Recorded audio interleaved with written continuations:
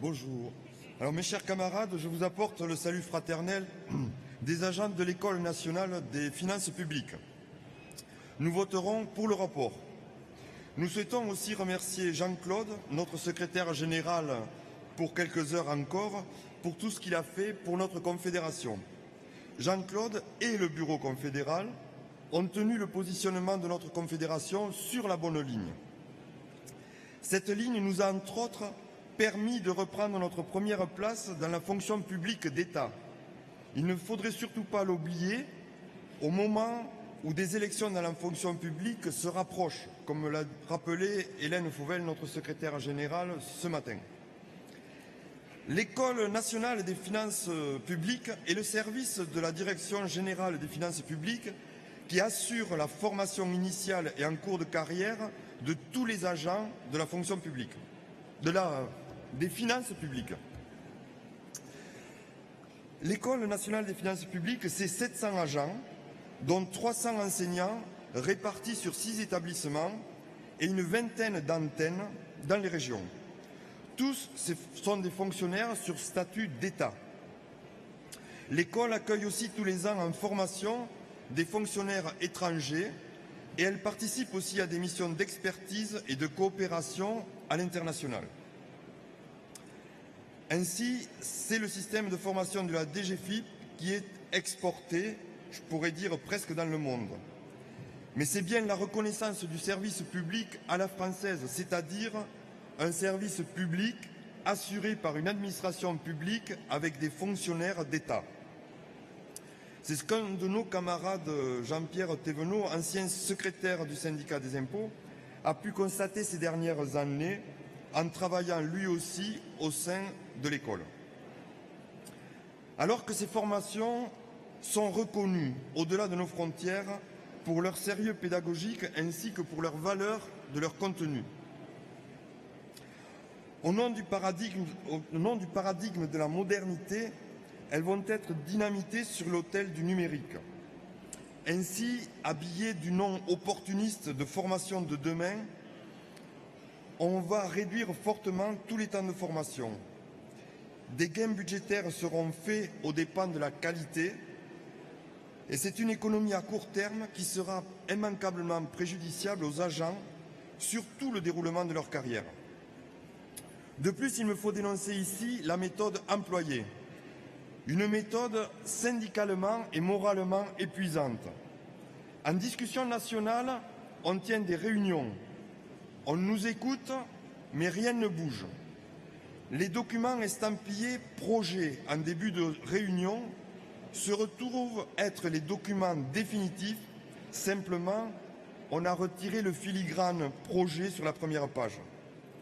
Nous sommes venus, on a discuté, posé nos revendications et on n'obtient rien.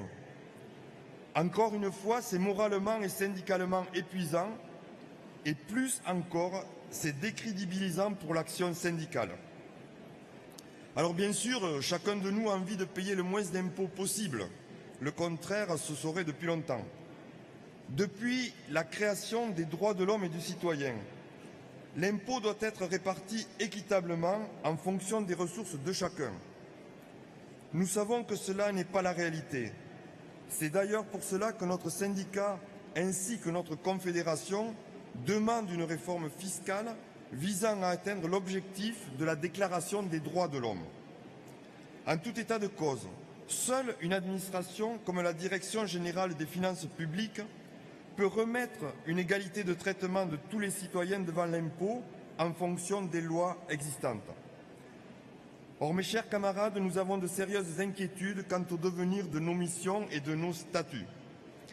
S'agissant de nos missions, outre le projet de retenue à la source, divers projets de privatisation prolifèrent ici ou là. Ainsi, le cadastre et les services de publicité foncière sont dans le viseur du secteur privé. Le cadastre est de nouveau la proie des privatisateurs de tous bords.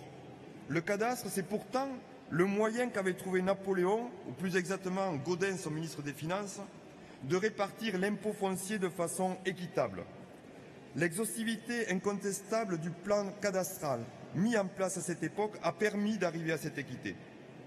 De nos jours, certains, d'ailleurs d'anciens cadres de notre administration, se verraient bien mettre la main sur l'ensemble des données cadastrales et imaginent déjà la marchandisation juteuse qu'ils pourraient faire de ces données. Pense à conclure, mon camarade. Oui, alors moi je ne vais pas prendre 15 minutes de plus, mais 15 lignes de plus. L'ensemble des données cadastrales imagine donc leur marchandisation juteuse qu'ils pourraient faire de ces données. C'est le service public qui paye la réalisation.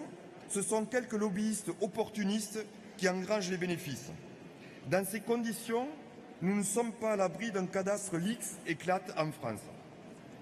De plus, mes chers camarades, croyez-vous que le secteur privé assurerait ces missions sans que cela ait un coût pour l'État, donc la collectivité et donc le citoyen? Certainement pas. Mes chers camarades, la défense du service public, la défense de nos statuts, ce n'est pas que la défense d'intérêts particuliers, de privilégiés, comme ils disent. Non, c'est la défense d'une certaine conception du service rendu à tout le public. Un service public qui a fait la preuve de son efficacité et de son impartialité au bénéfice des citoyens. Un service public dont je vous ai déjà dit au début de mon intervention qu'il s'est porté très bien, qu'il était reconnu et sur lequel s'appuient plusieurs administrations pour bâtir leur propre système de formation ou d'information lorsqu'il s'agit du cadastre, en les confiant à des administrations d'État. Il faut conclure, Alors mon oui, camarade. voilà, 3 lignes, c'est bon. Alors oui, mes chers camarades, nous devons défendre nos services publics. L'impôt finance les services publics. Tous les citoyens ont intérêt à l'existence de services publics, c'est-à-dire des services que l'on paye moins cher que leur coût réel. C'est pour cela que l'impôt existe, pour combler l'écart entre le coût réel et le service payé à l'usager. Alors oui, mes chers camarades, il nous faut défendre pour les fonctionnaires nos statuts.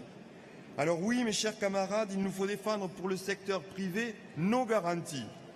Privé et public, c'est le même combat. Statuts et garanties font partie constituante d'une véritable démocratie. C'est là le combat libre et indépendant qu'il nous faut mener. Public et privé, même combat. Pour ou contre, même combat. Que vive FO DGFIP et que vive Force ouvrière.